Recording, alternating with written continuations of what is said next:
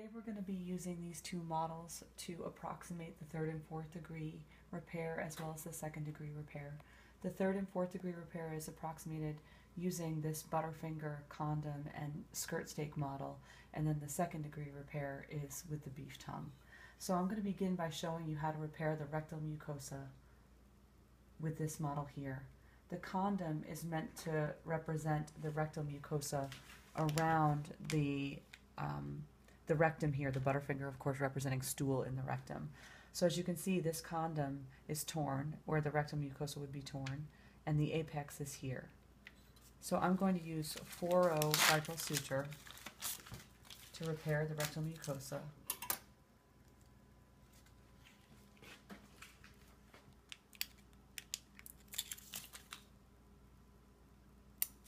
Beginning above the apex.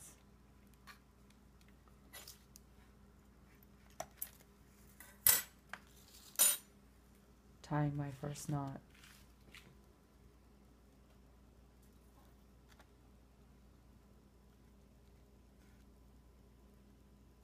We're going to cut off the tail. And then we're going to approximate the rectal mucosa all the way down to the anal verge in a running fashion. Ideally, this tissue is thick enough that you wouldn't have to go through the lumen.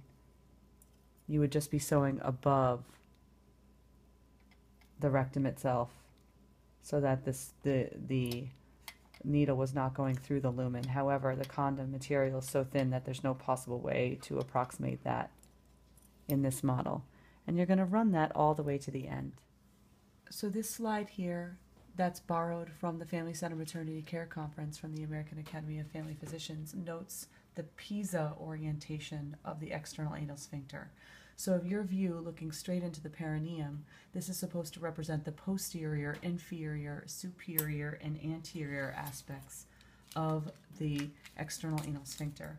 There are actually two ways to repair the external anal sphincter. One requires an overlapping end-to-end. The other would be repairing, one is overlapping, the other's end-to-end. What we're teaching today is the PISA method, which is end-to-end. So this would represent, looking into it, the posterior aspect here of the sphincter, and that's the one that's closest to the actual rectal mucosa. And we begin with 2-0 suture by approximating the posterior aspect. So we're going to tie this end to end. This is 2-0 suture, so it's a little bit stronger.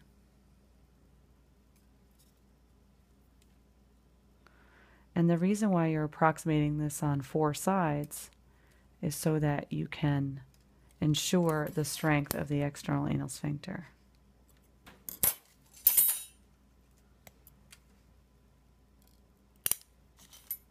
Now we'll be doing the inferior side. That was the posterior side, the one that's closest. So now we need to actually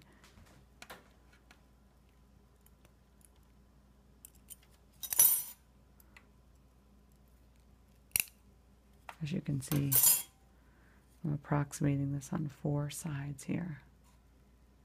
And I like PISA because it helps you remember the exact sides, the 4 sides of the 3D model that you need to be approximating. But it makes sense. Essentially, what you want to remember to do is to not sew something that's too anterior, because you want to be able to get to the sides that are furthest away from you. So PISA, doing posterior, inferior, superior, and then anterior, this being anterior. We're actually going to do this side now.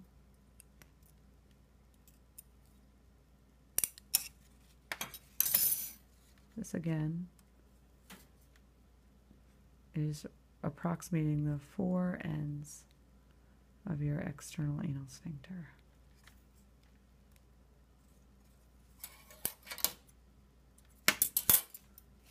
And we're just going to do one more. And then you'll see it's repaired on 4 sides.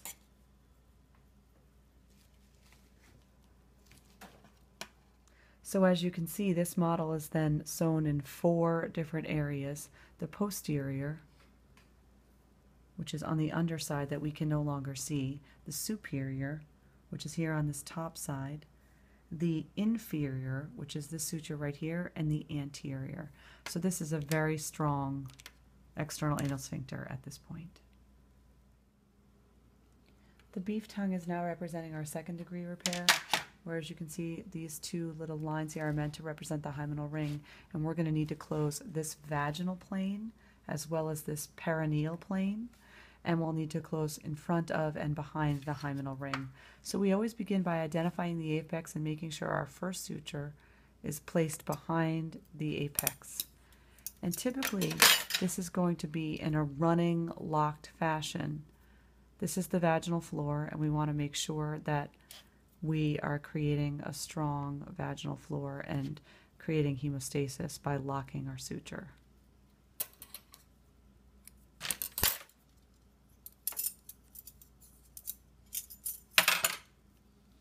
As you can see, we are down to our running locked layer, and we're doing our last suture.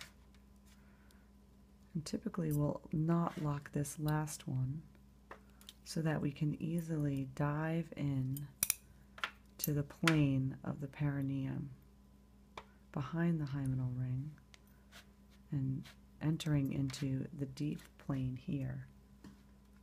So we'll bring that hymenal ring close. And now we need to close this deep space that you can see in here. And typically that is best done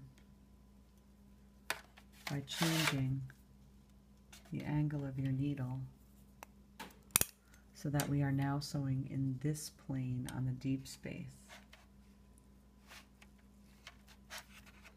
This is all, of course, superior to the anus. So all this deep space needs to be closed.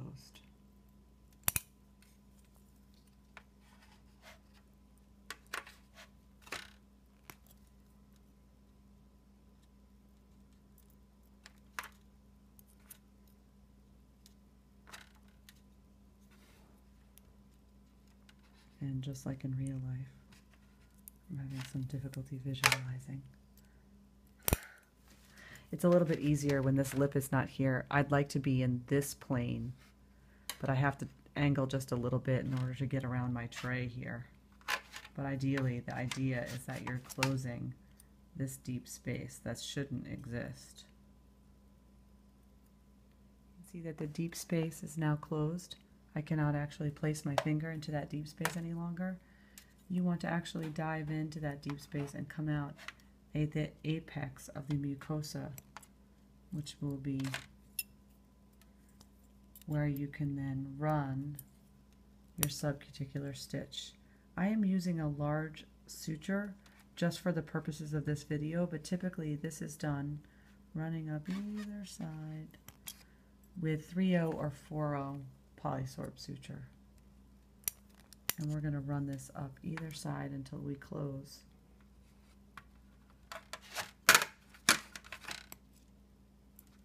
this entire space.